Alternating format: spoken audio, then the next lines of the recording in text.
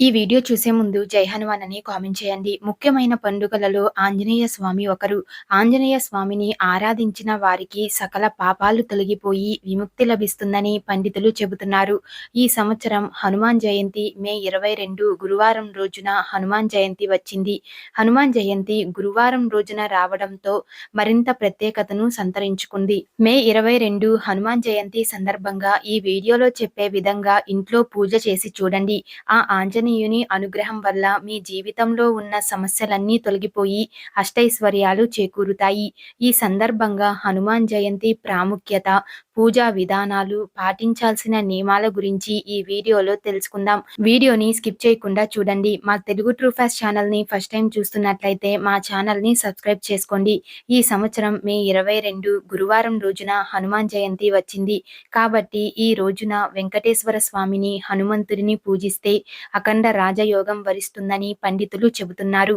ఈ హనుమాన్ జయంతి రోజున ఇంట్లోని స్త్రీలు సూర్యోదయం కంటే ముందే నిద్రలేచి తలస్నానం చేసి ఇల్లంతా శుభ్రం చేసుకొని పూజను ప్రారంభించాలి. హిందూ మత విశ్వాసాల ప్రకారం ఎరుపు రంగు అంటే ఆంజనేయ స్వామికి చాలా ఇష్టం. కాబట్టి ఈ రోజున పూజ చేసేవారు ఎరుపు రంగు దుస్తులు ధరించి పూజ చేస్తే మంచిది. పూజ సమయంలో కూడా ఎరుపు రంగు పూలను ఉపయోగిస్తే పుణ్య ఫలితం లభిస్తుంది. మీ దగ్గర ఉన్న నగలతో హనుమంతుడి చిత్రపటాన్ని అందంగా అలంకరించుకోవాలి. తరువాత 5 తమలపాకులు తీసుకొని ఒక్కో ఆకుపైన గంధంతో జై హనుమాన్ అని రాసి ఆ తమలపాకును మీ పూజ గదిలో ఉంచండి. పూజ ప్రారంభించే ముందు పూజ గది ముందు తప్పనిసరిగా అష్టదళ ముగ్గు వేసుకోవాలి. అలాగే అక్షింతలను కూడా తయారు చేసుకొని హనుమంతుడి పటం ముందు ఉంచి పూజను ప్రారంభించండి. ఈ రోజున మీరు చేసే పూజలో ఖచ్చితంగా 2 దీపాలు వెలిగించాలి. హనుమాన్ జయంతి సందర్భంగా ఒక దీపం హనుమంతుడికి, మరొక దీపం వెంకటేశ్వర స్వామికి సమర్పించాలి. మీరు పూజ ప్రారంభించే ముందు ఒక రాగి చెంబులో బెల్లం నీళ్లు తీసుకొని అందులో కొన్ని తులసి ఆకులు వేసి మీ పూజ గదిలో ఉంచండి. పూజ పూర్తయిన తరువాత ఆ బెల్లం నీటిని ఇంట్లో ఉన్న ప్రతి ఒక్కరూ తీర్థంలాగా తీసుకోవాలి. ఇలా చేస్తే మీ ఇంటికి మంచి జరుగుతుంది. దేవుడికి నైవేద్యంగా మీ శక్తి సామర్థ్యాలను బట్టి నివేదించవచ్చు. అలా కుదరని వారు కనీసం ఒక చిన్న బెల్లం ముక్కను అయినా దేవుడికి సమర్పించవచ్చు.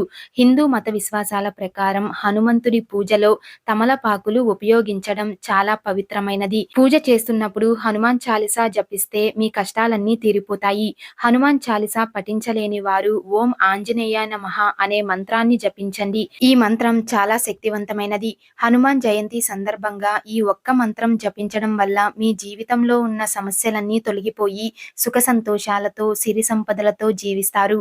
ఇంట్లో పూజ చేసిన తరువాత ఒక బిర్యానీ ఆకును తీసుకొని దాని మీద మీ కోరిక రాసి ఆ ఆకును కాల్చి ఒక గాజు గిన్నెలో వేయండి. ఆ ఆకు నుండి వచ్చిన బూడిదను పూల మొక్కల్లో వేసి నీరు పొయ్యండి. ఇలా చేస్తే మీరు రాసిన కోరిక త్వరలోనే నెరవేరుతుంది. పూజ పూర్తయిన తరువాత చివరిగా ఇంట్లో ధూపం వేయాలి. ఇంట్లో సాంబ్రాణి ధూపం వేస్తే చాలా మంచిది. హనుమాన్ జయంతి రోజున ఈ విధంగా ఎవరైతే పూజ చేస్తారో వాళ్ళ ఇంట్లో ధన ప్రవాహం పెరిగి అష్టైశ్వర్యాలతో జీవిస్తారు. హనుమాన్ జయంతి రోజున ఉదయం పూజ చేసి మళ్ళీ సాయంత్రం పూజ చేసుకోవాలి. ఈ రోజున ఉదయం పూజ చేయకపోయినా సాయంత్రం మాత్రం ఖచ్చితంగా పూజ చేయాల్సిందే. సాయంత్రం పూజ చేసేటప్పుడు ఒక కొబ్బరికాయను తీసుకొని ఆ కొబ్బరికాయకు కుంకుమ బొట్లు పెట్టి పూజ చేసి కొబ్బరికాయను కొట్టండి. ఇలా చేస్తే మీ ఇంట్లో ఉన్న కష్టాలన్నీ తీరిపోతాయి. సాయంత్రం సమయంలో తదాస్తు దేవతలు సంచరిస్తారు. కాబట్టి తదాస్తు దేవతలు తిరిగేటప్పుడు మనం ఏదైనా కోరిక కోరుకుంటే అది వెంటనే జరిగిపోతుంది. తదాస్తు దేవతలు తిరిగే సమయంలో అంటే సాయంత్రం 6 గంటల నుండి 7 గంటల మధ్యలో ఒక తమలపాకు తీసుకొని దాని మీద మీ కోరిక రాసి పూజ గదిలో పెట్టండి. ఇలా చేస్తే మీరు కోరుకున్న కోరిక ఖచ్చితంగా నెరవేరుతుంది. అలాగే హనుమాన్ జయంతి రోజున ఉపవాసం ఉంటే సుమంగళి ప్రాప్తి కలుగుతుంది. ఈ రోజున ఎవరైతే ఉపవాసం ఉంటారో వారి జీవితంలో ఉన్న కష్టాలన్నీ తొలగిపోతాయి.